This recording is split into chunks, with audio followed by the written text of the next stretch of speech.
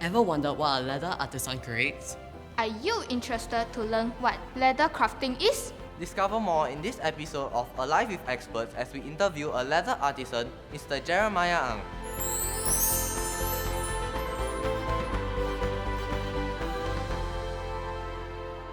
So thanks Mr. Ang for taking the time to share your expertise with us. We are curious. What was it like for you when you were in secondary school? Were you interested to be a leather artisan when you were a student? Not really, actually. When I was a student, I was just interested in anything else like the boys of our age, right? In secondary school, we were interested in playing basketball, playing computer games. Was D&T ever your favorite subject? Oh, it was my favorite subject. Oh. Yeah. If I had a choice, I'll take D&T every day. Because I like making things. So even back then, just doing things with my hands, I really enjoyed the time. So Mr. Ang, what was the defining moment that made you want to become a leather artisan? I would say there wasn't like one defining moment. It was like a period where I started to pick up leather crafting as a hobby, and then I started to make things for friends, and they really appreciated what I do. And day after day, I started to just keep having thoughts of making leather goods. When I was jogging, when I was walking on the streets, I just kept getting drawn to leather goods. So that's when I thought, hey, maybe this is something that I think I can do for the long run. What were some of the challenges that you faced in your journey to be a leather artisan, and how do you overcome them? The few biggest challenges was firstly the lack of know-how. Even though I wanted to do it, I didn't know how to do a lot of things. And then the second one was the lack of materials and supplies locally, because a lot of the suppliers actually gone out of business. So to overcome that, it took a lot of hours scouring the internet, or sometimes whenever I travel, I will try and look for leather supply shops. So that was how I overcome the materials and the supplies. For the know-how part, basically it was a lot of trial and error. That was a long process, but I think what I was thankful for was that it allowed me to build my own style, because I didn't have a particular master or mentor. So a lot of the styles were self-developed.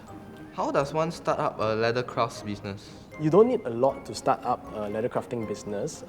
You can start small, but you need a lot of practice so that you can create something of a real sellable quality.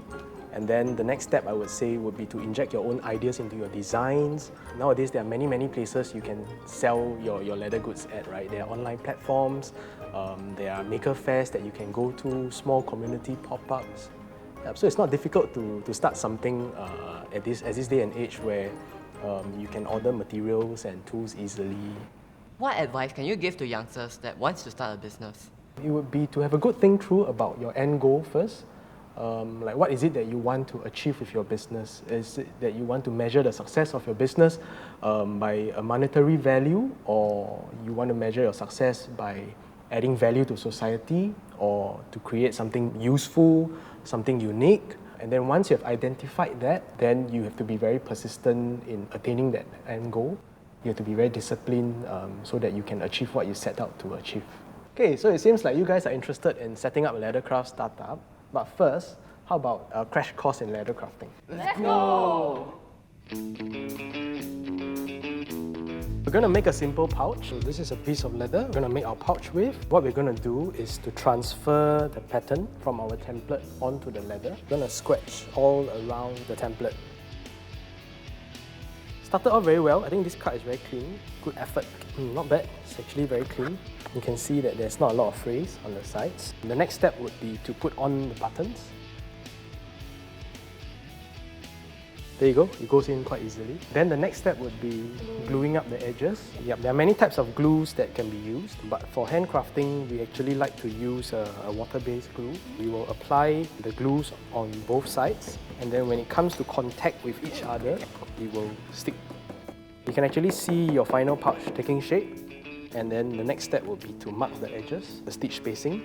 So this step is very important, and if you look at leather crafting, right, as compared to, let's say, tailoring or clothes making, the difference is that you are stitching a dress. If you stitch wrongly, you can unpick the stitches and stitch back. But for leather, once it's cut, once it's punched, it's there.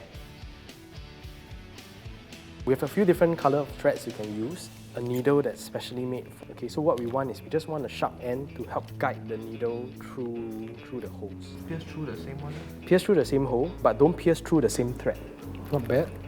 Good try, good try. So how you guys thoughts about leather crafting after this challenge? Challenging. I think this is challenging and needed a lot of concentration and strength. They are professional in their own way and they have a lot of creativity. This can be one of my hobby or interests. Leather artisans has a lot of patience, and if I have the materials and time, I would try to pick this up as a hobby. After each challenge, I have a newfound respect for all leather craftsmen. You never really see the behind the scenes of how these are made. Once you see how these are made and you actually try it for yourself, it really takes a lot of perseverance and patience to even create a small product like this. If I ever have the time or the space and the materials, obviously I would try to make my own products, but I don't think it will be as good as the one I have right now.